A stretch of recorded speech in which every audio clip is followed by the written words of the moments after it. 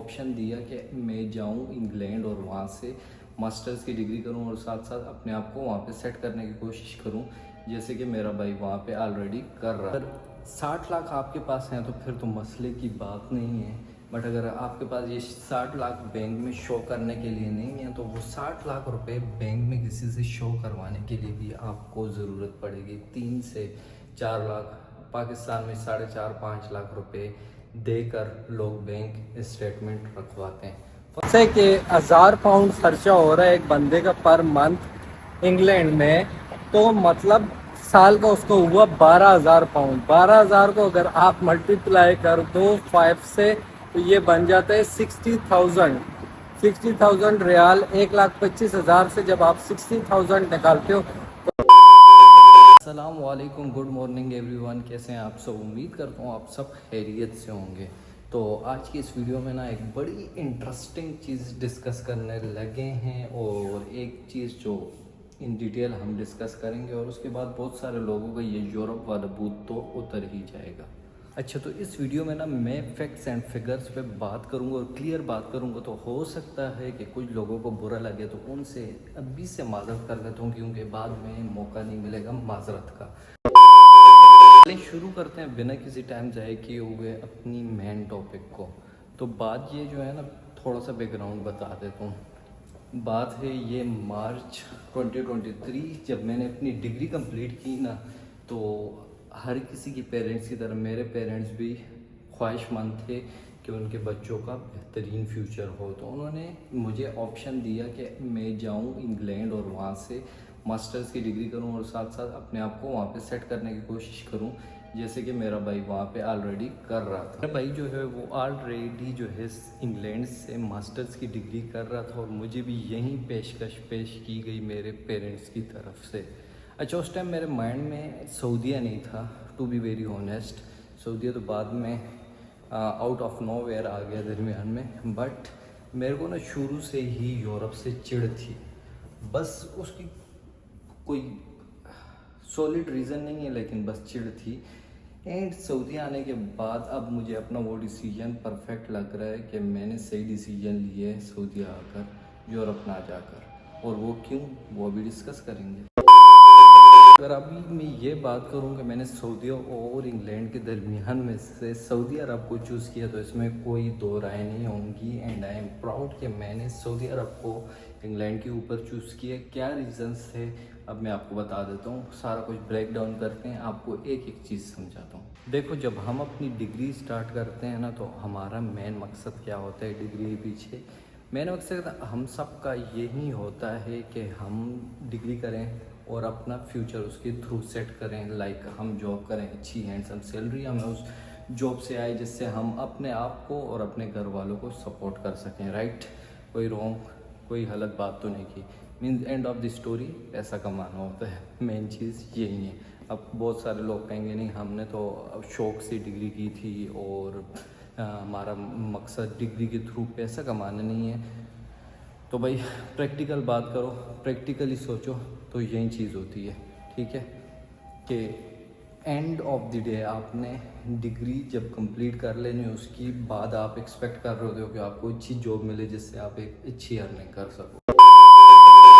बात करने का मकसद क्या था? बहुत सारे लोग जो है वो इंग्लैंड को इसलिए चूज़ करते हैं कि वहाँ पे जो अर्निंग है वो सऊदीया से अच्छी है, फैसिलिटीज़ सऊदीया से ज़्यादा हैं। बट ऐसा नहीं है।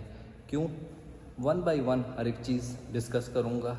स्टार्ट करते हैं सबसे पहले वीज़ा प्रोसेस से। So let's start from visa process. अब दो तरह के वीज़ाज़ होते हैं, एक होता है वर्क वीज़ा और एक होता है स्टूडेंट वीज़ा। अब इंग्लैंड में वर्क वीज़ा लेना ऐसा ही है जैसे आप शेर के मुंह से गोश्त निकाल रहे हो। ठीक है, बहुत मुश्किल होता है, इसलिए मोस्टली लोग क्या करते हैं कि स्टूडेंट वीज़ा लेकर वहाँ पर जाते हैं और साथ काम भी करते हैं और अपनी डिग्री भी कंप्लीट करते हैं। अब इस स्टूडेंट वीज़े के लिए जो आपका ख़र्चा होता है वो तकरीबन 30 से 35 लाख रुपए पाकिस्तान में होता है, जिसमें आपकी फ़ीस वगैरह भी इंक्लूड होती है। राइट? और उसके अलावा आपको बैंक स्टेटमेंट चाहिए होती है, जो कि तकरीबन 60 लाख रुपए होती है। तो अगर 60 लाख आपके पास हैं तो फिर तो मसले की बात नहीं है, बट अगर आपके पास ये 60 लाख बैंक में शो करने के लिए नहीं है तो वो 60 लाख रुपए बैंक में किसी से शो करवाने के लिए भी आपको ज़रूरत पड़ेगी। 3 से 4 लाख, पाकिस्तान में 4.5-5 लाख रुपए देकर लोग बैंक स्टेटमेंट रखवाते हैं। फर्स्ट ऑफ ऑल जो आप ये 4 से 5 लाख रुपए ऊपर दे रहे होते हो, इसको कहा जाता है इंटरेस्ट, उर्दू में सूद। तो ये आप सूद दे रहे होते हो उसके ऊपर, उसको साइड पे कर देते हैं सूद वगैरह को। 4 से 4.5 लाख रुपए या 5 लाख रुपए आपको देने पड़ेंगे सिर्फ बैंक स्टेटमेंट रखवाने के लिए। उसके अलावा जो आपकी वीज़ा और वो सारा प्रोसेस, आपकी जो एजुकेशन फ़ीस होगी 30-32 लाख रुपए, वो अलग से।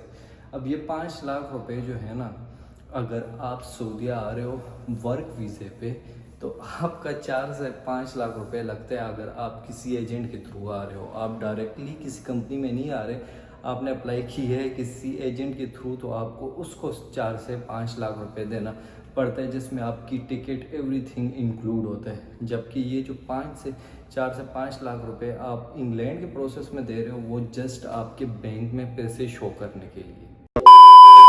पहला पॉइंट आता है सऊदी के पास कि सऊदी का वीज़ा प्रोसेस जो है वो एक्सपेंसिव नहीं है एज़ कम्पेयर टू इंग्लैंड, सस्ता पड़ता है। इवन अगर किसी कंपनी में डायरेक्ट अप्लाई कर देते हो तो आपका 1 रुपये भी नहीं लगेगा और आप सऊदीया पहुँचे होगे, 1 रुपये भी नहीं। सारा कुछ जो होगा वो जिस कंपनी में आपकी सिलेक्शन हुई है वो कंपनी ही उठाएगी। आपका टिकट हो गया, आपकी इंश्योरेंस, एवरीथिंग जो है वो कंपनी कवर करेगी। आपको जेब से 1 रुपये भी नहीं लगाना पड़ेगा। ये 4 से 5 लाख रुपए मैं कब बता रहा हूँ, जब आप किसी एजेंट के थ्रू आ रहे हो। थोड़ी सी बात कर लेते हैं जॉब मार्केट की सऊदी अरब में और इंग्लैंड में इंजीनियर्स के लिए स्पेशली। तो जो जॉब मार्केट है इंजीनियर्स की इंग्लैंड में वो बहुत ज़्यादा सेचुरेटेड है, जिसकी वजह से वर्क वीज़ा जो है वो अब मिलता नहीं है। इसलिए लोग जो हैं वो स्टूडेंट वीज़ा लेकर ही जा रहे होते हैं मोस्टली।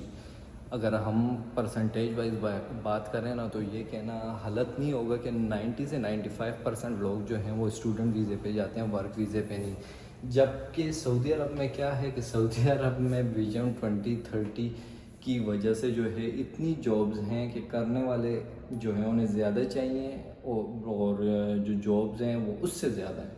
तो मतलब थोड़ा सिंपल कर देता हूँ, जॉब अपॉर्चुनिटीज़ जो हैं विजन 2030 की वजह से यहाँ पर बहुत ज़्यादा है। मतलब कि जॉब जो हैं वो ज़्यादा हैं और करने वाले कम हैं, तो जॉब मार्केट इतनी ज़्यादा सेचुरेटेड नहीं है as compared to England. Forget about job market. फ़र्ज़ करो आपको जॉब मिल गई है इंग्लैंड में वर्क वीज़े पे। अब कंपेयर करते हैं कि सऊदी अरब में और इंग्लैंड में जो है वो डिफरेंस क्या है। डिफरेंस कहाँ पर आ जाता है भाई? इंग्लैंड में 2 किस्म के जो हैं वो टैक्सेस लगते हैं सिटीज़न पे। कौन कौन से? सबसे पहले होता है इनकम टैक्स और दूसरा होता है NI, नेशनल इंश्योरेंस। ये 2 टैक्स लागू होते हैं हर सिटीज़न पे। टैक्सेस का मैं एक छोटा सा चार्ट साइड पे लगा दूंगा जिससे आपको समझना आसान होगा।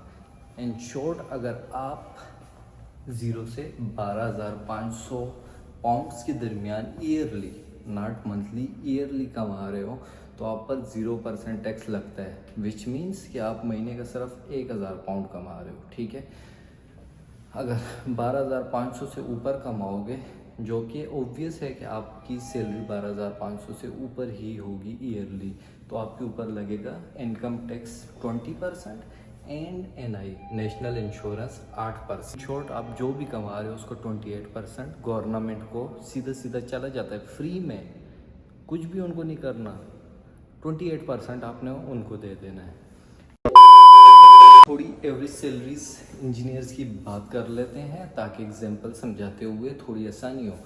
अब सऊदी अरब में एवरेज सैलरी होती है इंजीनियर की, जो फ्रेश या थोड़ा सा एक्सपीरियंस होते हैं ना, वो 5 से 7 हज़ार होती है। हम 7 हज़ार लेकर चलेंगे क्योंकि कंपैरिजन इंग्लैंड से चल रहा है। तो 7 हज़ार आप एक इंजीनियर की सैलरी मान लो कि है, तो मतलब कि साल का वो कमा रहा है 84,000 रुपीज़, राइट।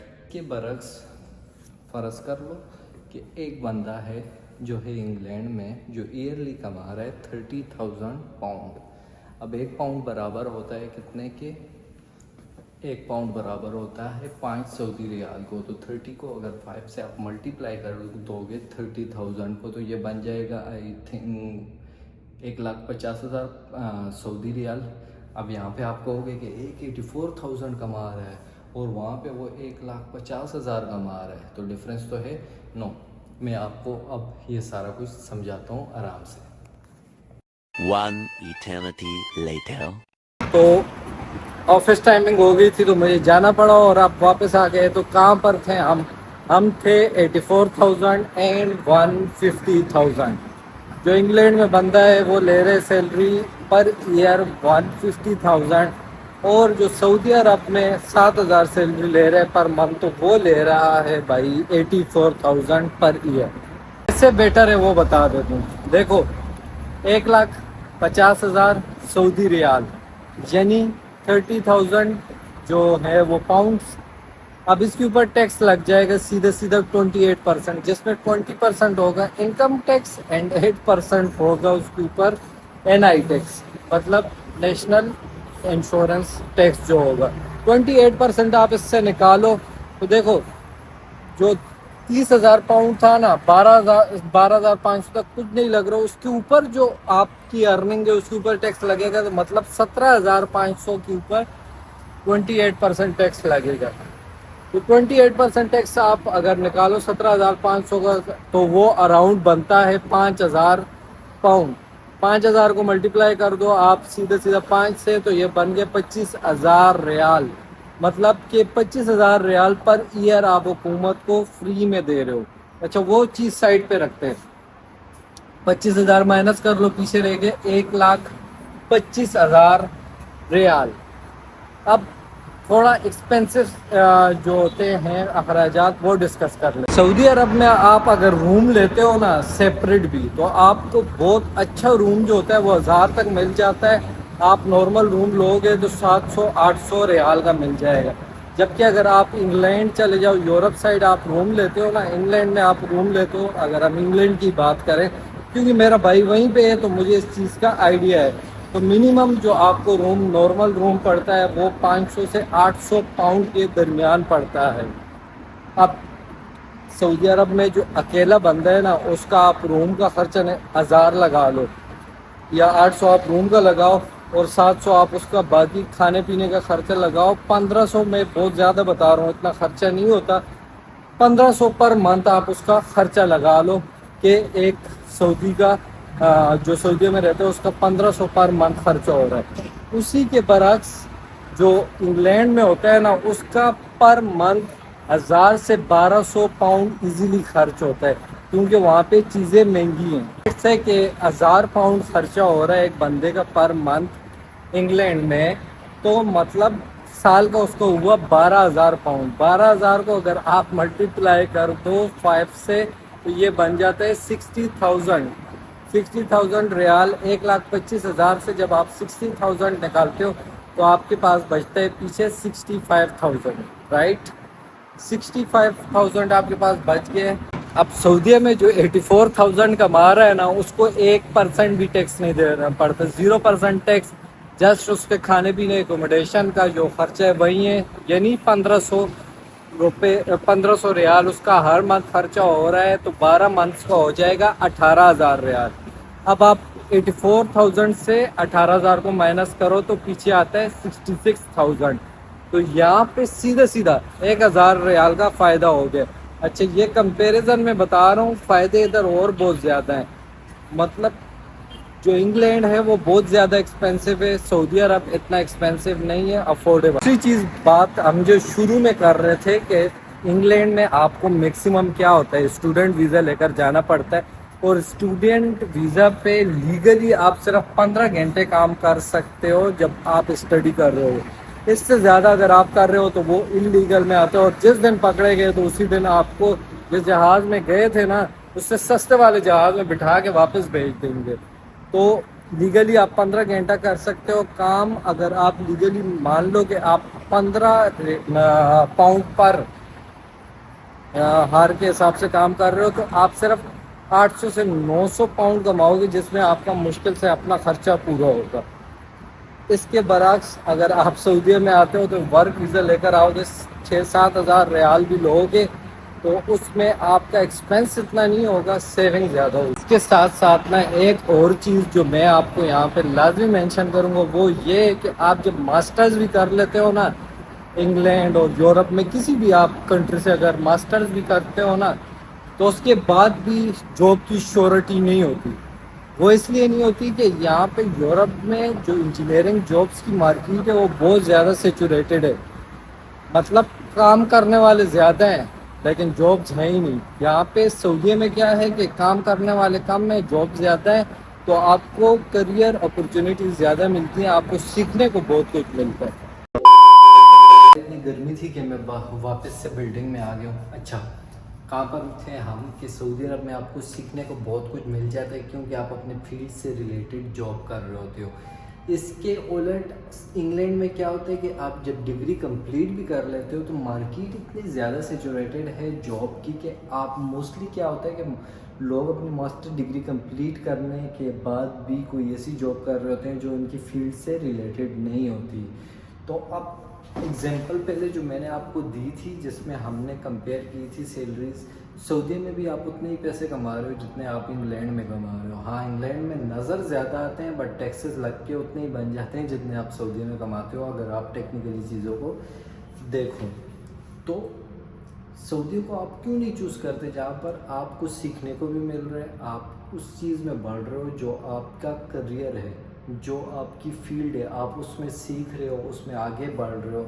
इसके उल्ट इंग्लैंड में क्या है, एक तो आप कमा रहे पैसे उतने ही हो जितने आपने सऊदी में कमाने हैं और ऊपर से आपको उस फील्ड में काम करने का मौका भी नहीं मिल रहा है जिस फील्ड से रिलेटेड आपने 17 से 18 साल एजुकेशन की। मैंने क्यों सऊदी अरब को चूज़ किया, इंग्लैंड को चूज़ नहीं किया, तो मेरा जो रीज़न था वो ये था कि मुझे वेस्टर्न कल्चर जो है वो अच्छा नहीं लगता। दूसरा, मुझे यूरोप साइड ही पसंद नहीं है, तो इसलिए मैंने सऊदी अरब को चूज़ किया। उस टाइम मेरे माइंड में ये चीज़ें नहीं थी ये जो मैं अभी आपको बता रहा हूँ। ये तो मैं जब यहाँ पे आया हूँ और जब यहाँ पे दोस्तों के साथ अक्सर बात होती थी तो ये चीज़ें पता चली हैं। करें सेफ्टी के लिहाज से ना तो इंग्लैंड और ये साइड आपको सेफ़ तो लगती हैं बट ये हैं इतनी नहीं। यहाँ पे चोरी चकारी इतनी ज़्यादा है ना। अगर मैं अपने बाइक की बात करूँ ना, मेरी बाइक की 1 महीने के अंदर 3 साइकिल चोरी हुई, इतनी चोरी चकारी है। उसके बाद सऊदी में अगर आप ना नीचे जाकर कहीं रोड पे भी अपना पर्स रख दोगे ना तो किसी की हिम्मत नहीं होगी कि उसे उठा सके। तो इन शॉर्ट यहाँ पे चोरी चकारी वाला तो कॉन्सेप्ट है नहीं। और दूसरा, फीमेल्स के लिए सबसे सेफ़ प्लेस आई थिंक पूरे वर्ल्ड में गर्ल्स से ज़्यादा कोई सेफ़ प्लेस नहीं है। यहाँ पे अगर रात को 2 बजे भी कहीं सुनसान रास्ते पे कोई औरत जा रही होगी ना तो किसी में इतनी हिम्मत नहीं होगी कि जाके वहाँ से उसके साथ कोई नॉर्मल बात भी कर ले, क्योंकि यहाँ के रूल्स इस तरह हैं। तो अगर आप इन फ्यूचर अपने फैमिली को भी लाने का प्लान करते हैं गल्फ़ कंट्रीज़ में तो बेहतरीन किस्म का ऑप्शन होगा आपके पास, जबकि यूरोप में आपको 10 बार सोचना पड़ेगा वेस्टर्न कल्चर की वजह से। तो ये कुछ रीज़न थे जिसकी वजह से मैंने भी उस टाइम सऊदी अरब को चूज़ किया, इंग्लैंड को चूज़ नहीं किया। बड़े फैक्ट्स से समझाने की कोशिश की, प्रैक्टिकली चीज़ें बताई। उम्मीद करता हूँ आपको थोड़ा बहुत हेल्पफुल लगी होगी और आपको डिसीजन लेने में थोड़ी आसानी होगी। अगर अब ये ब्लॉग पसंद आए तो लाइक ज़रूर करना, दोस्तों के साथ शेयर भी कर देना। चैनल पर नए हो तो चैनल को सब्सक्राइब कर देना। मिलते हैं एक नए ब्लॉग में, तब तक के लिए मुझे दुआओं में याद रखना। अल्लाह हाफ़िज़।